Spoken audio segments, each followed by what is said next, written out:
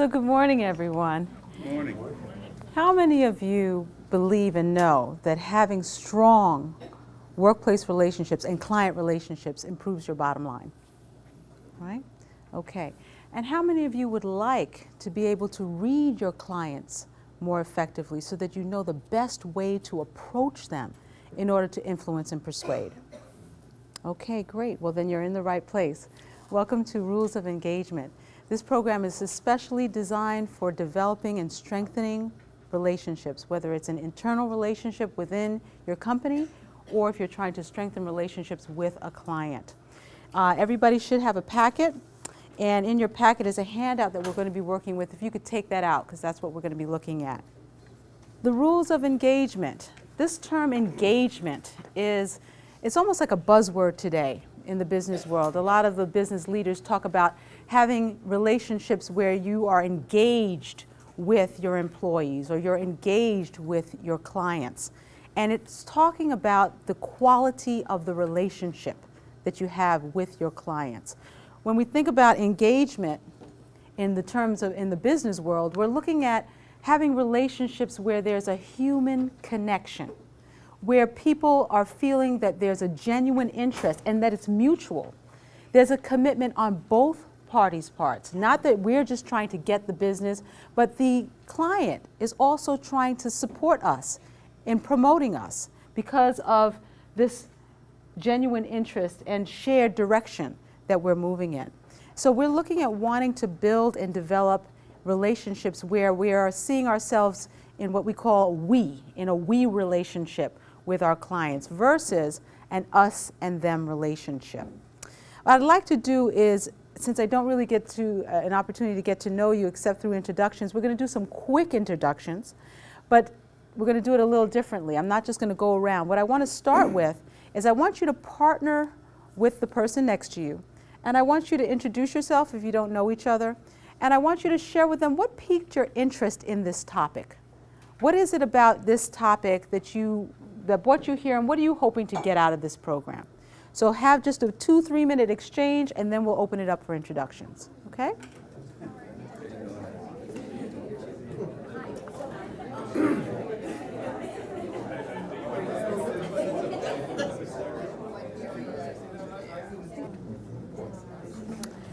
So in 30 seconds or less, or maybe we'll give you 45, I'm going to ask you to quickly introduce yourselves and tell us, again, what you're hoping to get out of today's session. If someone has mentioned what you're hoping for, just say the same thing, and that's fine, and I'll just double check it off, so we'll get an idea of what people are hoping for. Okay?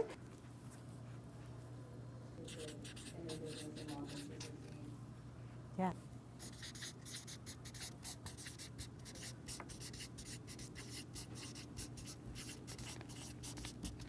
Yes. Right, so how to engage versus sell, right?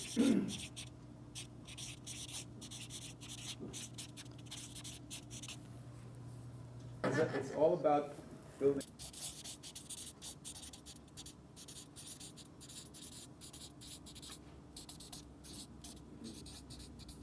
Okay, great, thank you. Thank you. Okay, so wonderful. So let me tell you a little bit about myself.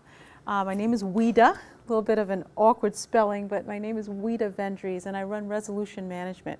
We are a training and consulting firm, and we specialize in strengthening workplace relationships. We do that through 3 strategies.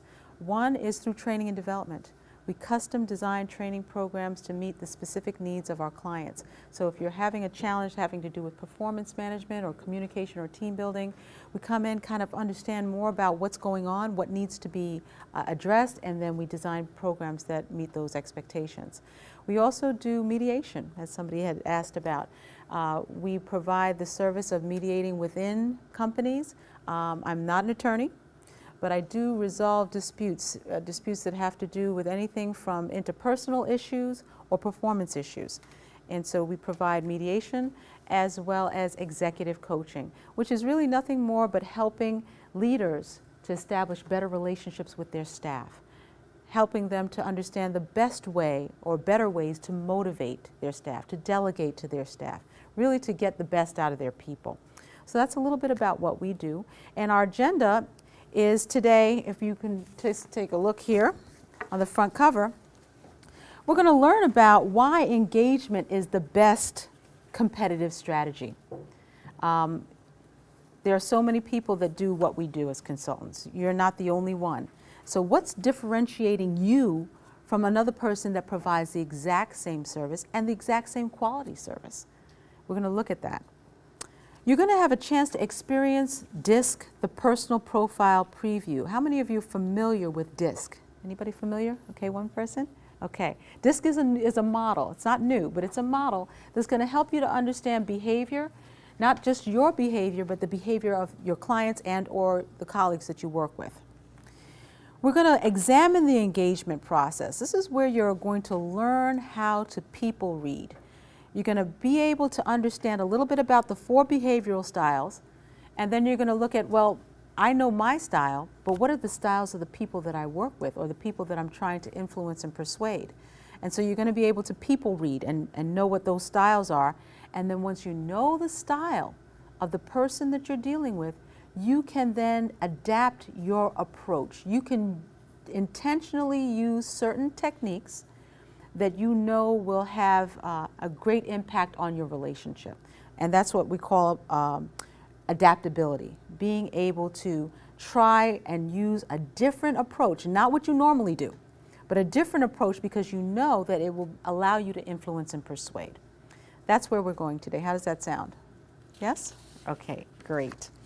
All right, so let's take a quick look at page 2, which is asking you to reflect on some of your business relationships, okay? I want us to think not from the perspective of trying to build the relationship. I want you to think about yourselves as the customer. We all have various people that we hire, right? Everything from accountants and lawyers and doctors and pediatricians and landscape experts and, you know, personal trainers. We all have a variety of different people that we hire, okay? And so I want you to think about some of the people that you hire.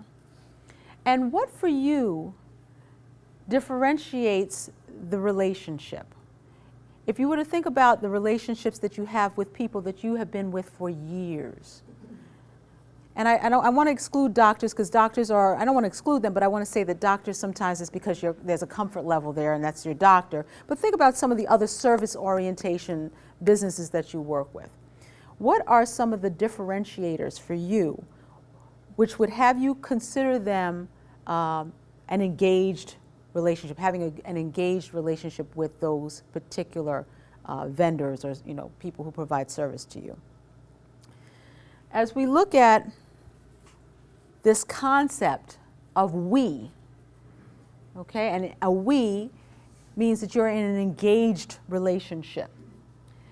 If a customer believes that he or she is in a we relationship with you, he or she is more likely to act in ways that are in your best interest. And again, I want you to think from the customer, being a customer. How many of you have people who you've referred?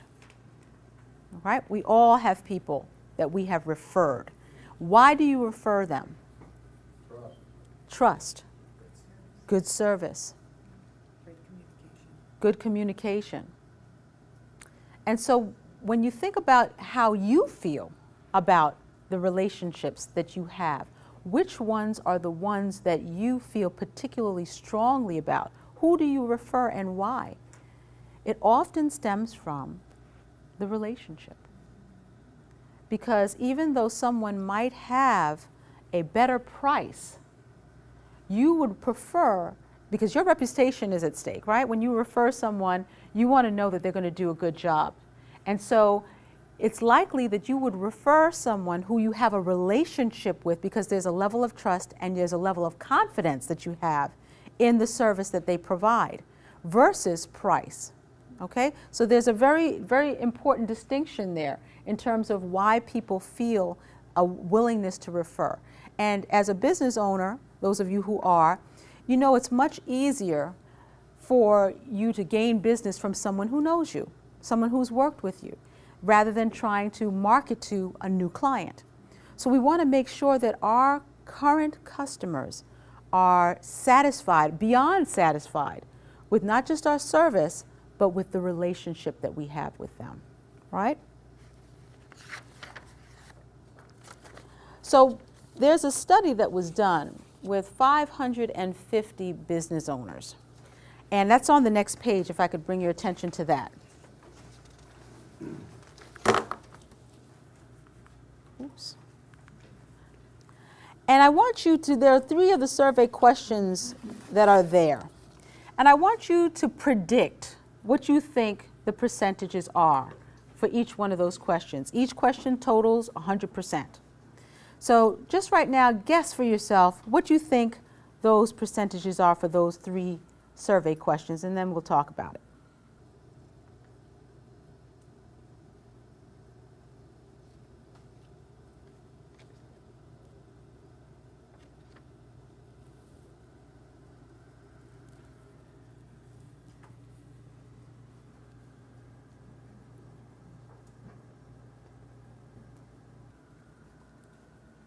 Okay, and again, turn with your partner, just share with them what you're thinking.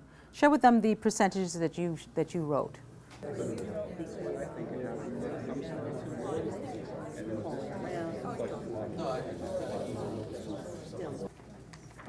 So let's look at the first question. Which are you more likely to buy from? What were some of your thoughts? Best price or relationship? What percentages did you have? 28 as the best price? 20% is best price. Mm-hmm. And 80% is relationship? You're the closest. Well, I don't know what everybody else had, but in terms of what the actual answers are, the businesses that have the best price, 21%. Businesses that you have a relationship with, 79. Let's look at the second question. Which are you more likely to recommend to others? 20 and 80. You're all close. 14% that have the best prices. 86% the relationship. When was this survey done? This survey was done in 2006.